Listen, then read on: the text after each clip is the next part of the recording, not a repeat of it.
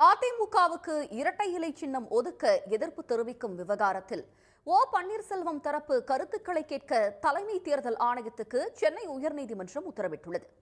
திண்டுக்கலைச் சேர்ந்த சூரியமூர்த்தி என்பவர் எடப்பாடி பழனிசாமியிடமிருந்து அதிமுகவை மீட்டெடுப்பதுதான் ஜெயலலிதா நினைவு நாளில் தாங்கள் ஏற்கும் சபதம் என்று அமமுக பொதுச் செயலாளர் டிடிவி தினகரன் தெரிவித்திருக்கிறார்.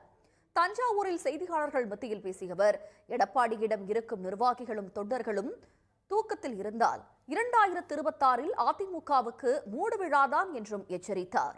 சென்னையில் போதைப் பொருள் கும்பலுடன் தொடர்பு இருந்ததாக விசாரணைக்கு அழைத்து செல்லப்பட்ட நடிகர் மன்சூர் அலிகானின் மகனை கைது செய்து விசாரித்து வருகின்றனர்.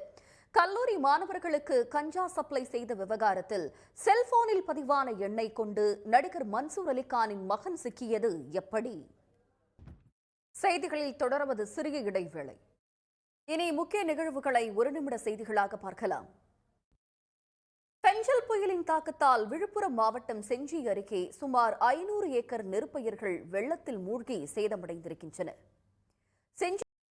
பெஞ்சல் புயல் மற்றும் பெருமழையால் பாதிக்கப்பட்டிருக்கும் விழுப்புரம், கடலூர், கள்ளக்குறிச்சி மாவட்டங்களில் போர்க்கால அடிப்படையில் நிவாரண உதவிகள் மற்றும் மறுசீரமைப்பு பணிகள் நடைபெற்று வருவதாக தமிழ்நாடு அரசு தெரிவித்துள்ளது. விழுப்புரம் தொழில் கூட்டாளியை கொல்ல கூலிப்படையை ஏவியவரையே கொலை செய்த சம்பவம் டேராடூனில் நடந்திருக்கிறது. கொலை திட்டம் குறித்து எதிரிக்கு தெரிவித்திருந்த அவர் 10 கோடி ரூபாய் தருவதாக கூறியதை அடுத்து திட்டம் தீட்டியவரையே கூலிப்படை தீர்த்து கட்டியுள்ளது. ஷூலேஸால் கழுத்தை இறுக்கி கொல்லப்பட்ட ரியல் எஸ்டேட் அதிபர் கொலையில் துப்பு துலங்கியது எப்படி?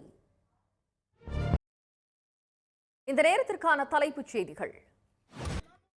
கனமழையால் பெரும் சேதத்தை சந்தித்திருக்கும் கடலூர், விழுப்புரம் உள்ளிட்ட மாவட்டங்களில் குடியிருப்புகளில் சூழ்ந்திருக்கும் தண்ணீரை வெளியேற்ற அரசு போர்க்கால அடிப்படையில் நடவடிக்கை எடுக்க வேண்டும் என்று பாதிக்கப்பட்ட மக்கள் கோரிக்கை விடுத்திருக்கிறார்கள்.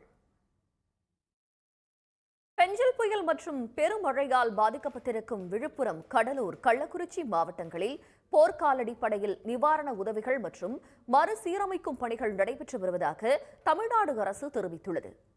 விழுப்புரம்